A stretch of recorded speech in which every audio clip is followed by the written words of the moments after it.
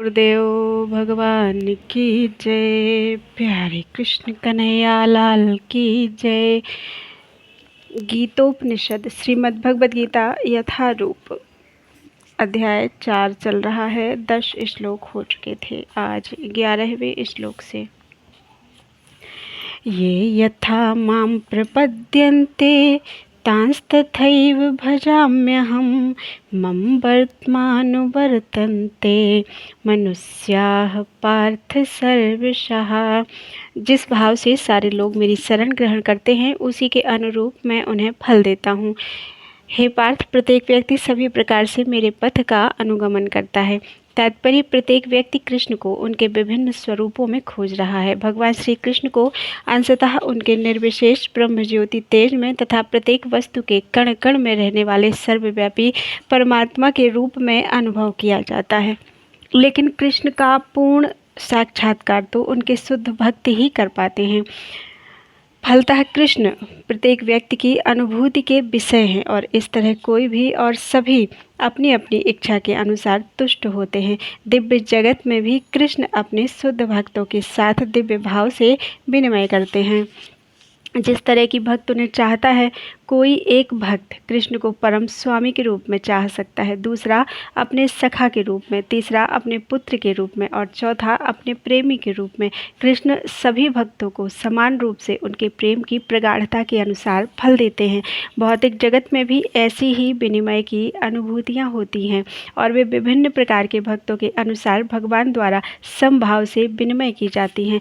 शुद्ध भक्त यहाँ पर और दिव्य धाम में भी कृष्ण का सानिध्य प्राप्त करते हैं और भगवान की साकार सेवा कर सकते हैं। इस तरह वे उनकी प्रेमा भक्ति का दिव्य आनंद प्राप्त करते हैं। किंतु जो निर्विशेषवादी हैं और जो जीवात्मा के अस्तित्व को मिटाकर आध्यात्मिक आत्मघात करना चाहते हैं, कृष्ण उनको भी अपने तेज में लीन करके उनकी सहायता करते हैं। ऐसे निर्विशेषवादी सच्चिदानंद भगवान को स्वीकार नहीं करते।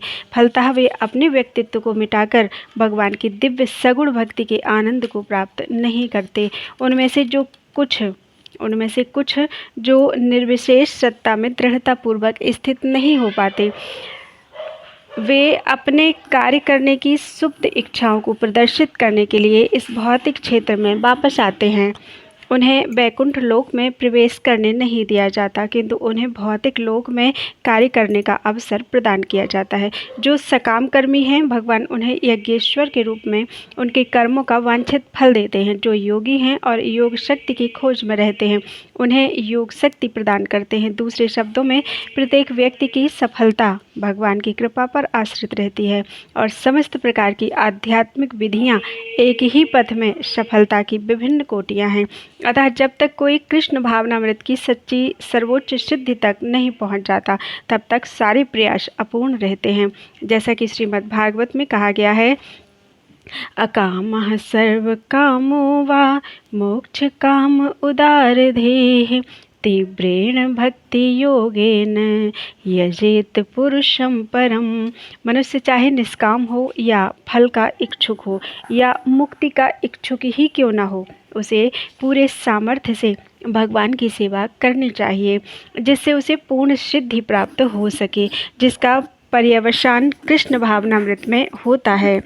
अगला श्लोक, कांक्षन्तः कर्मणां सिद्धिं यजन्त इह देवताः क्षिप्रं हि मानुषे लोके सिद्धिर्भवति कर्मजा। इस संसार में मनुष्य सकाम कर्मों में सिद्धि चाहते हैं, फलस्वरूप वे देवताओं की पूजा करते हैं। निसंदेह इस संसार में मनुष्यों को सकाम कर्म का फल शीघ्र प्राप्त होता है। तात्पर्य, इस जगत के देवताओं के विषय में भ्रांत धारणा है और विद्वता का दंभ करने वाले अल्पज्ञ मनुष्य इन देवताओं को परमेश्वर के विभिन्न रूप में मान बैठते हैं। वस्तुतः ये देवता ईश्वर के विभिन्न रूप नहीं होते, किंतु वे ईश्वर के विभिन्न अंश होते हैं। ईश्वर तो एक है, किंतु अंश अनेक है। वेदों का कथन है, नित्यो नित्यानाम। ईश्वर एक है, ईश्वरः परमः कृष्णः। कृष्ण ही एकमात्र परमेश्वर हैं और सभी देवताओं को इस भौतिक जगत का प्रबंध करने के लिए शक्तियाँ प्राप्त हैं। ये देवता जीवात्माएं हैं। नित्यानाम अर्थात नित्यानाम, जिन्हें विभिन्न मात्रा में भौतिक शक्ति प्राप्त है, वे कभी परमेश्वर, नारायण, विष्णु या कृष्ण के तुल्य नहीं हो सकते। जो व्यक्ति ईश्वर तथा देवताओं को एक स्तर पर सोचता है वह नास्तिक या पाखंडी कहलाता है। यहाँ तक कि ब्रह्मा तथा शिवजी जैसे बड़े बड़े देवता भी परमेश्वर की समता नहीं कर सकते। वास्तव में ब्रह्मा तथा शिव जैसे देवताओं द्वारा भगवान की पूजा की जाती है। स्यो विरंचितनुम, स्यो विरंचिनुतम। तो भी आश्चर्य की बात यह है कि अनेक मूर्ख लोग मनुष्यों के नेताओं की पूजा उन्हें अवतार मानकर करते हैं। यह देवता पद इस संसार के शक्तिशाली मनुष्य या देवता के लिए आया है, लेकिन नारायण, विष्णु या कृष्ण जैसे भगवान इस संसार के नहीं हैं। वे भौतिक सृष्टि से परे रहने वाले हैं। निर्विशेषवादियों के अग्रणी श्रीपाद शंकराचार्य तक मानते हैं कि नारायण या कृष्ण इस भौतिक सृष्टि से परे हैं। फिर भी कुछ लोग हृत ज्ञान देवताओं की पूजा करते हैं क्योंकि वे तत्काल फल चाहते हैं। उन्हें फल मिलता भी है, किंतु वे यह नहीं जानते कि ऐसे फल क्षणिक होते हैं और अल्पज्ञ मनुष्यों के लिए हैं। बुद्धिमान व्यक्ति कृष्ण भावनामृत में स्थित रहता है। उसे किसी तत्काल क्षणिक लाभ के लिए किसी तुच्छ देवता की पूजा करने की आवश्यकता नहीं रहती। इस संसार के देवता तथा उनके पूजक इस संसार के संहार के साथ ही विनष्ट हो जाएंगे। देवताओं के वरदान भी भौतिक तथा क्षणिक होते हैं। यह भौतिक संसार तथा इसके निवासी, जिसमें देवता तथा उनके पूजक भी सम्मिलित हैं, विराट सागर में बुलबुलों के समान हैं, किंतु इस संसार में मानव समाज क्षणिक वस्तुओं यथा संपत्ति, परिवार तथा भोग की सामग्री के पीछे पागल रहता है। ऐसी क्षणिक वस्तुओं को प्राप्त करने के लिए लोग देवताओं की या मानव समाज के शक्तिशाली व्यक्तियों की पूजा करते हैं। यदि कोई व्यक्ति किसी राजनीतिक नेता की पूजा करके सरकार में मंत्री पद प्राप्त कर लेता है तो वह सोचता है कि उसने महान वरदान प्राप्त कर लिया है। इसलिए सभी व्यक्ति तथाकथित नेताओं को साष्टांग प्रणाम करते हैं, जिससे वे क्षणिक वरदान प्राप्त कर सके, और सचमुच उन्हें ऐसी वस्तुएं मिल भी जाती हैं। ऐसे व्यक्ति इस संसार के कष्टों के स्थायी निवारण के लिए कृष्ण भावनामृत में अभिरुचि नहीं दिखाते। वे सभी इंद्रिय भोग के पीछे दीवाने रहते हैं और थोड़े से इंद्रिय सुख के लिए वे शक्ति प्रदत्त जीवों की पूजा करते हैं, जिन्हें देवता कहते हैं। यह श्लोक इंगित करता है कि विरले लोग ही कृष्ण भावनामृत में रुचि लेते हैं। अधिकांश लोग भौतिक भोग में रुचि लेते हैं। फलस्वरूप वे किसी न किसी शक्तिशाली व्यक्ति की पूजा करते हैं। अगला श्लोक। चातुर्वर्ण्यं मया सृष्टं गुणकर्म विभागशः तस्य कर्तारमपि मां विद्धि कर्तारम अव्ययम। प्रकृति के तीनों गुणों और उनसे संबद्ध कर्म के अनुसार मेरे द्वारा मानव समाज के 4 विभाग रचे गए। यद्यपि मैं इस व्यवस्था का सृष्टा हूँ, किंतु तुम यह जान लो कि मैं इतने पर भी अव्यय अकर्ता हूँ। तात्पर्य, भगवान प्रत्येक वस्तु के सृष्टा है। प्रत्येक वस्तु उनसे उत्पन्न है, उनके ही द्वारा पालित है, और प्रलय के बाद प्रत्येक वस्तु उन्हीं में समा जाती है। अतः वे ही वर्णाश्रम व्यवस्था के सृष्टा हैं, जिसमें सर्वप्रथम बुद्धिमान मनुष्यों का वर्ग आता है, जो सतोगुणी होने के कारण ब्राह्मण कहलाते हैं। द्वितीय वर्ग प्रशासक वर्ग है, जिन्हें रजोगुणी होने के कारण क्षत्रिय कहा जाता है। वणिक वर्ग या वैश्य कहलाने वाले लोग रजो तथा तमोगुण के मिश्रण से युक्त होते हैं, और शूद्र तथा श्रमिक वर्ग, शूद्र या श्रमिक वर्ग के लोग तमोगुणी होते हैं। मानव समाज के इन 4 विभागों की सृष्टि करने पर भी भगवान कृष्ण इनमें से किसी विभाग में अर्थात किसी वर्ण में नहीं आते, क्योंकि वे उन बद्ध जीवों में से नहीं हैं जिनका एक अंश मानव समाज के रूप में है। मानव समाज भी किसी अन्य पशु समाज के तुल्य है, किंतु मनुष्यों को पशु स्तर से ऊपर उठाने के लिए ही उपर्युक्त वर्णाश्रम की रचना की गई, जिससे क्रमिक रूप से कृष्ण भावनामृत विकसित हो सके। किसी विशेष व्यक्ति की किसी कार्य के प्रति प्रवृत्ति का निर्धारण उसके द्वारा अर्जित प्रकृति के गुणों द्वारा किया जाता है। गुणों के अनुसार जीवन के लक्षणों का वर्णन इस ग्रंथ के 18वें अध्याय में हुआ है। किंतु कृष्ण भावना भावित व्यक्ति ब्राह्मण से भी बढ़कर होता है। यद्यपि गुण के अनुसार ब्राह्मण को ब्रह्म या परम सत्य के विषय में ज्ञान होना चाहिए, किंतु उनमें से जो अधिकांश भगवान कृष्ण के निर्विशेष ब्रह्म स्वरूप को ही प्राप्त कर पाते हैं, किंतु जो मनुष्य ब्राह्मण के सीमित ज्ञान को लांघकर भगवान श्री कृष्ण के ज्ञान तक पहुंच जाता है, वही कृष्ण भावना भावित होता है, अर्थात वैष्णव होता है। कृष्ण भावनामृत में कृष्ण के विभिन्न अंशों यथा राम, नरसिंह, वराह आदि का ज्ञान सम्मिलित रहता है, और जिस तरह कृष्ण मानव समाज की इस चातुर्वर्ण प्रणाली से परे हैं, उसी तरह कृष्ण भावना भावित व्यक्ति भी इस चातुर्वर्ण प्रणाली से परे होता है, चाहे हम इसे जाति का विभाग कहें, चाहे राष्ट्र अथवा संप्रदाय का।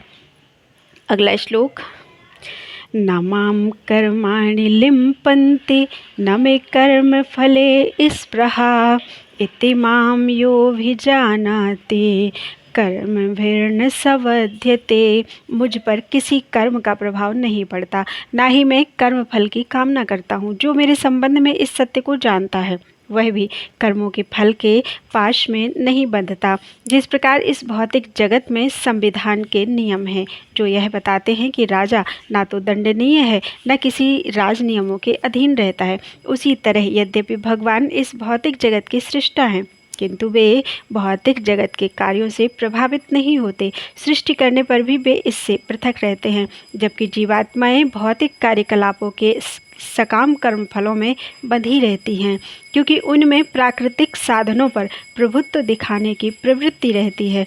किसी संस्थान का स्वामी कर्मचारियों के अच्छे बुरे कार्यों के लिए उत्तरदायी नहीं, कर्मचारी इसके लिए स्वयं उत्तरदायी होते हैं। जीवात्माएं अपने अपने इंद्रिय तृप्ति कार्यों में लगी रहती हैं, किंतु ये कार्य भगवान द्वारा निर्दिष्ट नहीं होते। इंद्रिय तृप्ति की उत्तरोत्तर उन्नति के लिए जीवात्माएं इस संसार के कर्म में प्रवृत्त हैं और मृत्यु के बाद स्वर्ग सुख की कामना करती रहती हैं। स्वयं में पूर्ण होने के कारण भगवान को तथाकथित स्वर्ग सुख का कोई आकर्षण नहीं रहता। स्वर्ग के देवता उनके द्वारा नियुक्त सेवक हैं। स्वामी कभी भी कर्मचारियों का सा निम्न स्तरीय सुख नहीं चाहता।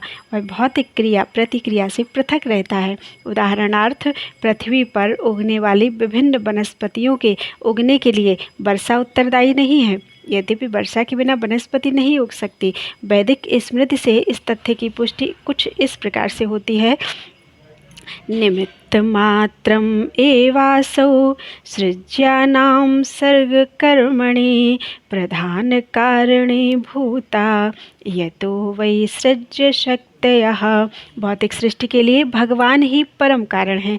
प्रकृति तो केवल निमित्त कारण है, जिससे विराट जगत दृष्टिगोचर होता है।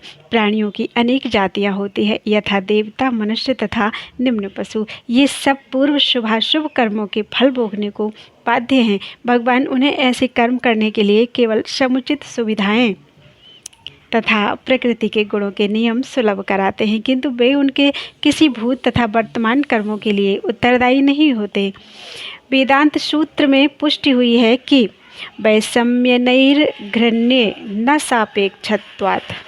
भगवान किसी भी जीव के प्रति पक्षपात नहीं करते। जीवात्मा अपने कर्मों के लिए स्वयं उत्तरदायी है। भगवान उसे प्रकृति अर्थात बहिरंगा शक्ति के माध्यम से केवल सुविधा प्रदान कराने वाले हैं। जो व्यक्ति इस कर्म नियम की सारी बारीकियों से भली भांति अवगत होता है, वह अपने कर्मों के फल से प्रभावित नहीं होता। दूसरे शब्दों में, जो व्यक्ति भगवान के इस दिव्य स्वभाव से परिचित होता है, वह कृष्ण भावनामृत में अनुभवी होता है, अतः उस पर कर्म के नियम लागू नहीं होते। जो व्यक्ति भगवान के दिव्य स्वभाव को नहीं जानता और सोचता है कि भगवान के कार्यकलाप सामान्य व्यक्तियों की तरह कर्म फल के लिए होते हैं, वे निश्चित रूप से कर्म फलों में बंध जाते हैं। किंतु जो परम सत्य को जानता है, वह कृष्ण भावनामृत में स्थिर मुक्त जीव है। अगला श्लोक, एवं ज्ञात्वा कृतं कर्म पूर्वैरपि मुमुक्षुभिः कुरु कर्मैव तस्मात् त्वं पूर्वैः पूर्वतरम कृतम। प्राचीन काल में समस्त मुक्तात्माओं ने मेरी दिव्य प्रकृति को जान करके ही कर्म किया, अतः तुम्हें चाहिए कि उनके पद चिन्हों का अनुसरण करते हुए अपने कर्तव्य का पालन करो। तात्पर्य, मनुष्यों की दो श्रेणियां हैं। कुछ के मनों में दूषित विचार भरे रहते हैं और कुछ भौतिक दृष्टि से स्वतंत्र होते हैं। कृष्ण भावनामृत इन दोनों श्रेणियों के व्यक्तियों के लिए समान रूप से लाभप्रद है। जिनके मनों में दूषित विचार भरे हैं, उन्हें चाहिए कि भक्ति के अनुष्ठानों का पालन करते हुए क्रमिक शुद्धिकरण के लिए कृष्ण भावनामृत को ग्रहण करें, और जिनके मन पहले ही ऐसी अशुद्धियों से स्वच्छ हो चुके हैं, वे उसी कृष्ण भावनामृत में अग्रसर होते रहें, जिससे अन्य लोग उनके आदर्श कार्यों का अनुसरण कर सकें और लाभ उठा सकें। मूर्ख व्यक्ति या कृष्ण भावनामृत में नवदीक्षित प्रायः कृष्ण भावनामृत का पूरा ज्ञान प्राप्त किए बिना कार्य से विरत होना चाहते हैं, किंतु भगवान ने युद्ध क्षेत्र के कार्य से विमुख होने की अर्जुन की इच्छा का समर्थन नहीं किया। आवश्यकता इस बात की है कि यह जाना जाए कि किस तरह कर्म किया जाए। कृष्ण भावनामृत के कार्यों से विमुख होकर एकांत में बैठकर कृष्ण भावनामृत का प्रदर्शन करना कृष्ण के लिए कार्य में रत होने की अपेक्षा कम महत्वपूर्ण है। यहाँ पर अर्जुन को सलाह दी जा रही है कि वह भगवान के अन्य पूर्व शिष्यों यथा सूर्यदेव, विवस्वान के पद चिन्हों का अनुसरण करते हुए कृष्ण भावनामृत में कार्य करे। अतः वे उसे सूर्यदेव के कार्यों को संपन्न करने के लिए आदेश देते हैं, जिसे सूर्यदेव ने उनसे लाखों वर्ष पूर्व सीखा था। यहाँ पर भगवान कृष्ण के ऐसे सारे शिष्यों का उल्लेख पूर्ववर्ती मुक्त पुरुषों के रूप में हुआ है, जो कृष्ण द्वारा नियत कर्मों को संपन्न करने में लगे हुए थे। अगला श्लोक। किम कर्मेति कवयोऽप्यत्र मोहिताः तत्ते कर्म प्रवक्ष्यामि यज्ञात्वा मोक्ष्यसे शुभात्। कर्म क्या है और अकर्म क्या है, इसे निश्चित करने में बुद्धिमान व्यक्ति भी मोहग्रस्त हो जाते हैं। अतएव मैं तुमको बताऊंगा कि कर्म क्या है, जिसे जानकर तुम सारे अशुभ से मुक्त हो सकोगे। तात्पर्य, कृष्ण भावनामृत में जो कर्म किया जाए वह पूर्ववर्ती प्रामाणिक भक्तों के आदर्श के अनुसार होना चाहिए। इसका निर्देश 15वें श्लोक में किया गया है। ऐसा कर्म स्वतंत्र क्यों नहीं होना चाहिए, इसकी व्याख्या अगले श्लोक में की गई है। कृष्ण भावनामृत में कर्म करने के लिए मनुष्य को उन प्रामाणिक पुरुषों के नेतृत्व का अनुगमन करना होता है जो गुरु परंपरा में हो, जैसा कि इस अध्याय के प्रारंभ में कहा जा चुका है। कृष्ण भावनामृत पद्धति का उपदेश सर्वप्रथम सूर्यदेव को दिया गया, जिन्होंने इसे अपने पुत्र मनु से कहा। मनु ने इसे अपने पुत्र इक्ष्वाकु से कहा और यह पद्धति तब से इस पृथ्वी पर चली आ रही है। अतः परंपरा के पूर्ववर्ती अधिकारियों के पद चिन्हों का अनुसरण करना आवश्यक है, अन्यथा बुद्धिमान से बुद्धिमान मनुष्य भी कृष्ण भावनामृत के आदर्श कर्म के विषय में मोहग्रस्त हो जाते हैं। इसीलिए भगवान ने स्वयं ही अर्जुन को कृष्ण भावनामृत का उपदेश देने का निश्चय किया। अर्जुन को साक्षात भगवान ने शिक्षा दी, अतः जो भी अर्जुन के पद चिन्हों पर चलेगा वह कभी मोहग्रस्त नहीं होगा। कहा जाता है कि अपूर्ण प्रायोगिक ज्ञान के द्वारा धर्म पथ का निर्णय नहीं किया जा सकता। वस्तुतः धर्म को केवल भगवान ही निश्चित कर सकते हैं। धर्मम तो साक्षात भगवत प्रणीतम, भागवत कहती है। अपूर्ण चिंतन द्वारा कोई किसी धार्मिक सिद्धांत का निर्माण नहीं कर सकता। मनुष्य को चाहिए कि ब्रह्मा, शिव, नारद, मनु, चारों कुमार, कपिल, प्रहलाद, भीष्म, सुखदेव, गोस्वामी, यमराज, जनक तथा बलि महाराज जैसे महान अधिकारियों के पद चिन्हों का अनुसरण करे। केवल मानसिक चिंतन द्वारा यह निर्धारित करना कठिन है कि धर्म का आत्म साक्षात्कार क्या है। अतः भगवान अपने भक्तों पर अहेतुकी कृपावश स्वयं ही अर्जुन को बता रहे हैं कि कर्म क्या है और अकर्म क्या है। केवल कृष्ण भावनामृत में किया गया कर्म ही मनुष्य को भवबंधन से उबार सकता है। अगला श्लोक। कर्मणो ह्यापि बोद्धव्यं बोद्धव्यं च विकर्मणः अकर्मणश्च बोद्धव्यं गहना कर्मणो गतिः। कर्म की बारीकियों को समझना अत्यंत कठिन है, अतः मनुष्य को चाहिए कि वह यह ठीक से जाने कि कर्म क्या है, विकर्म क्या है और अकर्म क्या है। यदि कोई सचमुच ही भवबंधन से मुक्ति चाहता है तो उसे कर्म, अकर्म तथा विकर्म के अंतर को समझना होगा। कर्म, अकर्म तथा विकर्म के विश्लेषण की आवश्यकता है, क्योंकि यह अत्यंत गहन विषय है। कृष्ण भावनामृत को तथा गुणों के अनुसार कर्म को समझने के लिए परमेश्वर के साथ अपने संबंध को जानना होगा। दूसरे शब्दों में, जिसने यह भली भांति समझ लिया है वह जानता है कि जीवात्मा भगवान का नित्य दास है और फलस्वरूप उसे कृष्ण भावनामृत में कार्य करना है। संपूर्ण भगवद गीता का यही लक्ष्य है। इस भावनामृत के विरुद्ध सारे निष्कर्ष एवं परिणाम विकर्म या निषिद्ध कर्म हैं। इसे समझने के लिए मनुष्य को कृष्ण भावनामृत के अधिकारियों की संगति करनी होती है और उनसे रहस्य को समझना होता है। यह साक्षात भगवान के समझने के समान है, भगवान से समझने के समान है। अन्यथा बुद्धिमान से बुद्धिमान मनुष्य भी मोहग्रस्त हो जाएगा। अगला श्लोक, कर्मण्य कर्मः कर्मण्य कर्म यः पश्येद कर्मणि च कर्म यः। फिर से पढ़ते हैं, कर्मण्य कर्मः यः पश्येद अकर्मणि च कर्म यः स बुद्धिमान् मनुष्येषु सयुक्तः कृतस्न कर्म कृत। जो मनुष्य कर्म में अकर्म और अकर्म में कर्म देखता है वह सभी मनुष्यों में बुद्धिमान है और सब प्रकार के कर्मों में प्रवृत्त रहकर भी दिव्य स्थिति में रहता है। तात्पर्य, कृष्ण भावनामृत में कार्य करने वाला व्यक्ति स्वभावतः कर्म बंधन से मुक्त होता है। उसके सारे कर्म कृष्ण के लिए होते हैं, अतः कर्म के फल से उसे कोई लाभ या हानि नहीं होती। फलस्वरूप वह मानव समाज में बुद्धिमान होता है। यद्यपि वह कृष्ण के लिए सभी तरह के कर्मों में लगा रहता है। अकर्म का अर्थ है कर्म के फल के बिना निर्विशेषवादी इस भय से सारे कर्म करना बंद कर देता है कि कर्म फल उसके आत्म साक्षात्कार के मार्ग में बाधक न हो। किंतु सगुणवादी अपनी इस स्थिति से भली भांति परिचित रहता है कि वह भगवान का नित्य दास है, अतः वह अपने आप को कृष्ण भावनामृत के कार्यों में तत्पर रखता है।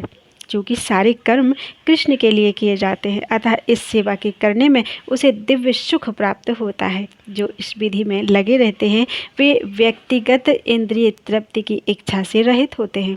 कृष्ण के प्रति उसका नित्य दास्य भाव उसे सभी प्रकार के कर्म फल से मुक्त करता है। अगला श्लोक, यस्य सर्वे समारंभाः काम संकल्प वर्जिताः ज्ञानाग्निदग्ध कर्माणं तमाहुः पंडितम बुधाः। जिस व्यक्ति का प्रत्येक प्रयास अर्थात प्रत्येक उद्यम इंद्रिय तृप्ति की कामना से रहित होता है उसे पूर्ण ज्ञानी समझा जाता है। उसे ही साधु पुरुष ऐसा कर्ता कहते हैं जिसने पूर्ण ज्ञान की अग्नि से कर्म फलों को भस्मसात कर दिया है। तात्पर्य, केवल पूर्ण ज्ञानी ही कृष्ण भावना भावित व्यक्ति के कार्यकलापों को समझ सकता है। ऐसे व्यक्ति में इंद्रिय तृप्ति की प्रवृत्ति का अभाव रहता है। इससे यह समझा जाता है कि भगवान के नित्य दास के रूप में उसे अपने स्वाभाविक स्वरूप का पूर्ण ज्ञान है, जिसके द्वारा उसने अपने कर्म फलों को भस्म कर दिया है। जिसने ऐसा पूर्ण ज्ञान प्राप्त कर लिया है वह सचमुच विद्वान है। भगवान की नित्य दासता के इस ज्ञान के विकास की तुलना अग्नि से की गई है। ऐसी अग्नि एक बार प्रज्वलित हो जाने पर कर्म के सारे फलों को भस्म कर सकती है। अगला श्लोक, त्यक्त्वा कर्म फलासंगम नित्य तृप्तो निराश्रयः कर्मण्यभिप्रवृत्तो अपि नैव किंचित करोति सः। अपने कर्म फलों की सारी आसक्ति को त्याग कर सदैव संतुष्ट तथा स्वतंत्र रहकर वह सभी प्रकार के कार्यों में व्यस्त रहकर भी कोई सकाम कर्म नहीं करता। तात्पर्य, कर्मों के बंधन से इस प्रकार की मुक्ति तभी संभव है जब मनुष्य कृष्ण भावना भावित होकर हर कार्य कृष्ण के लिए करे। कृष्ण भावना भावित व्यक्ति भगवान के शुद्ध प्रेम बस ही कर्म करता है। फलस्वरूप उसे कर्म फलों के प्रति कोई आकर्षण नहीं रहता, यहाँ तक कि उसे अपने शरीर निर्वाह के प्रति भी कोई आकर्षण नहीं रहता, क्योंकि वह पूर्णतया कृष्ण पर आश्रित रहता है। वह ना तो किसी वस्तु को प्राप्त करना चाहता है और ना अपनी वस्तुओं की रक्षा करना चाहता है। वह अपनी पूर्ण सामर्थ्य से अपना कर्तव्य करता है और कृष्ण पर सब कुछ छोड़ देता है। ऐसा अनासक्त व्यक्ति शुभ अशुभ कर्म फलों से मुक्त रहता है, मानो वह कुछ भी नहीं कर रहा हो। यह अकर्म अर्थात निष्काम कर्म का लक्षण है। अतः कृष्ण भावनामृत से रहित कोई भी कार्य कर्ता पर बंधन स्वरूप होता है और विकर्म का यही असली रूप है, जैसा कि पहले बताया जा चुका है। बोलो वृंदावन बिहारी लाल की जय। 20 श्लोक हो चुके हैं।